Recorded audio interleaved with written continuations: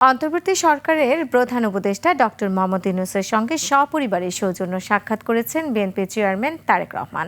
তার সাথে ছিলেন স্ত্রী ডাক্তার জুবাইদা রহমান, কন্যা ব্যারিস্টার জাইমা রহমান। তারেক রহমান ও তার পরিবারের সদস্যরা প্রধান উপদেষ্টার সাথে প্রায় 1.5 ঘন্টা সময় কাটান। সুমাইয়া খানের রিপোর্ট। নায়াসিনামাইড ও স্যালিসাইলিক সমৃদ্ধ লিলি ফেস ওয়াশ যা ফেসের ডেড স্কিন সেল দূর করে দেয় দ্বিগুণ ফাস্টার ব্রাইটেনিং। অন্তর্বর্তী সরকারের প্রধান উপদেষ্টা ডক্টর মোহাম্মদ ইউনূসের সাথে দেশে প্রথমবারের মতো সৌজন্য সাক্ষাৎ করেছেন বিএনপি চেয়ারম্যান তারেক রহমান। তার সাথে ছিলেন স্ত্রী ডাক্তার জুবাইদা রহমান, কন্যা ব্যারিস্টার জাইমা রহমান। বৃহস্পতিবার সন্ধ্যা 7:30টার দিকে যমুনায় যান তারেক রহমান। স্ত্রী ডাক্তার জুবাইদা রহমান ও মেয়ে কন্যা ব্যারিস্টার জাইমা রহমান প্রায় 1.5 ঘন্টা যমুনায় অবস্থান করেন তারা।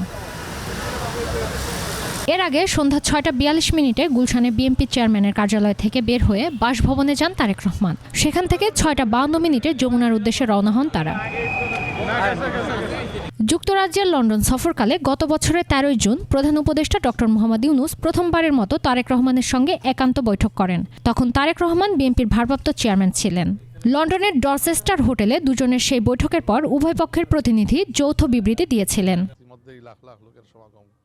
যুক্তরাজ্যে 17 বছর নির্বাসিত জীবন কাটিয়ে গত 25 ডিসেম্বর দেশে ফেরেন তারেক রহমান।